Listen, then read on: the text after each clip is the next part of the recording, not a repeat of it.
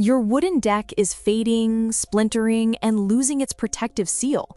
Without refinishing, rot sets in fast. Here's how to restore it to like-new condition in a weekend. Step 1. Clear and pressure wash. Remove all furniture, plants, and debris.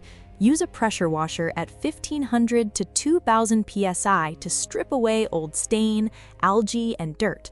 Hold the nozzle 12 inches from the surface, moving in even strokes with the wood grain. Step 2. Sand and inspect. Once dry, sand with 80 to 120 grit sandpaper to smooth splintered areas and open the wood grain. Check for soft spots. Press a screwdriver into suspicious areas. Replace any rotted boards before staining. Step 3. Apply wood stripper if needed. For stubborn old stain, use a chemical wood stripper. Apply with a brush, let sit 15 to 30 minutes, then scrape away loosened finish. Rinse thoroughly and let dry 24 to 48 hours. Step 4. Stain and seal.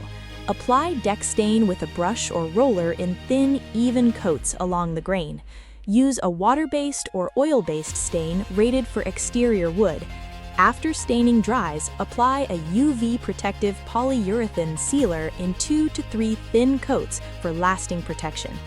Pro tip: don't skip the sealer. It's what stops UV damage and water penetration. Many DIYers stain but forget the top coat, and their deck fades in months. Seal every 2 to 3 years to keep it protected. What's your deck's worst problem? Comment below. Follow Sikho for more. Visit Sikho.ai.